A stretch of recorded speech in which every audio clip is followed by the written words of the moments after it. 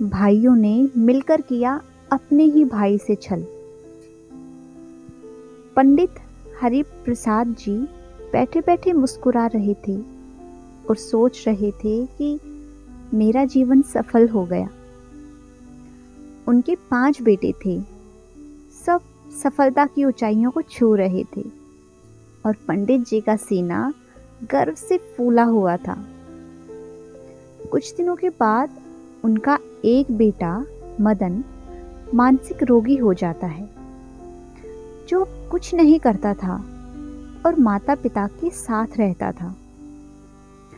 उसकी हालत धीरे धीरे इतनी ज्यादा खराब हो जाती है कि वो अपने माता पिता पर भी हाथ उठाने लगता है और आस पड़ोस में रह रहे लोगों से गाली गलौज करने लगता है, उनसे लड़ने लगता है। उसका उपद्रव इतना ज्यादा बढ़ गया था कि उसे संभालने के लिए किसी की जरूरत थी। एक दिन उनके चारों बेटे आते हैं और अपने माता पिता से कहते हैं, आप फिक्र मत करिए, हम इस सब का कोई ना कोई हल निकाल लेंगे। फिर बड़े बेटे विनोद और मंझले बेटे शरद ने निर्णय लिया कि अपने से छोटे भाई अखिलेश को हम यहीं छोड़ेंगे। वो इस पागल को भी कंट्रोल में रखेगा और आप लोगों की भी सेवा करेगा। अखिलेश भाई के परिवार को संभालने की जिम्मेदारी हम दोनों भाई उठाएंगे। और इतना कहकर वो चले जाते हैं। अखिलेश एक निष्ठावान लड़का था, जो अपने बड़े भाई की आज्ञा को भगवान राम की आज्ञा मानकर उनके दिए आदेशों का पालन करने के लिए वहीं रुक जाता है। माता पिता की सेवा करना और पागल भाई को संभालने में ही उसकी सारी जिंदगी बीती जा रही थी। ना तो वो खुद के लिए कुछ कर पाया था, ना ही अपने बीवी बच्चों के लिए। उसे एक आस थी कि जब मुझे जरूरत होगी मेरे भाई मेरी मदद करेंगे।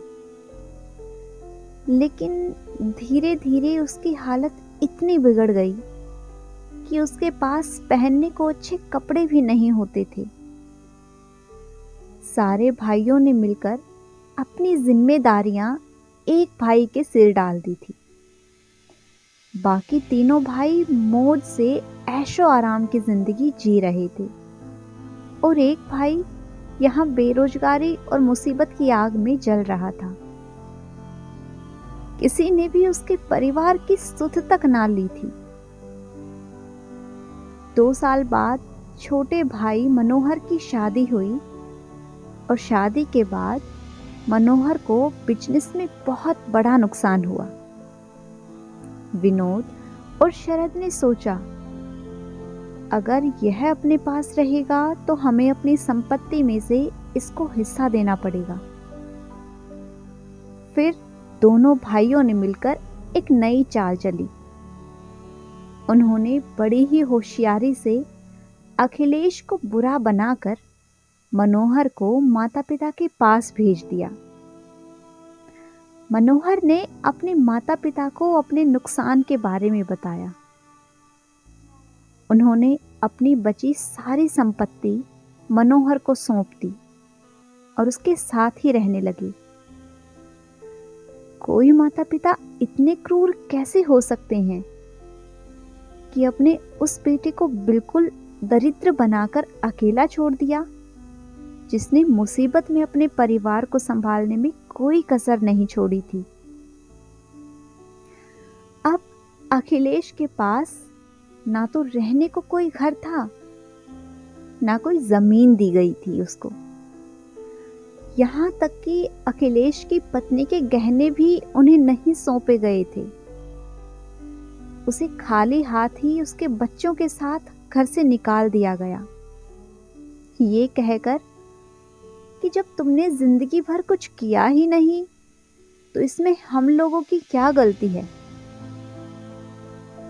एक भाई ने अपने बाकी भाइयों पर भरोसा किया, जिसका परिणाम उसने दरिद्रता में जिंदगी जीने के लिए विवश होना पड़ा। यहाँ तक कि सबने उससे रिश्ता ही तोड़ दिया था। आखिर सच ही कहते हैं लोग, पैसा पास ना होने पर सबसे पहले अपने ही किनारा कर लेते हैं। अखिलेश और उसके परिवार के पास खाने को है या नहीं है, किसी को कोई मतलब नहीं होता था। दोस्तों, अक्सर हमारे आसपास यही होता है। सीधे लोगों का हर कोई फायदा उठाता है। लोग अपने हिसाब से उन्हें इस्तेमाल करते हैं और उनका काम निकल जाने पर उन्हें ऐसे फेंक दिया जाता है जैसे चाय से मक्खी। अपने आसपास ऐसे लोगों को पहचानना सीखें और उनसे थोड़ी दूरी बनाकर रखें, ताकि कोई भी आपका नाजायज फायदा ना उठा सके। अगर आप सभी को आज की हमारी ये कहानी अच्छी लगी है तो वीडियो को लाइक कीजिए, अपनी फैमिली के साथ शेयर कीजिए। अगर आप सभी ने अभी तक चैनल को सब्सक्राइब नहीं किया है तो जल्दी से जाकर चैनल को सब्सक्राइब कर लें। Thanks for watching.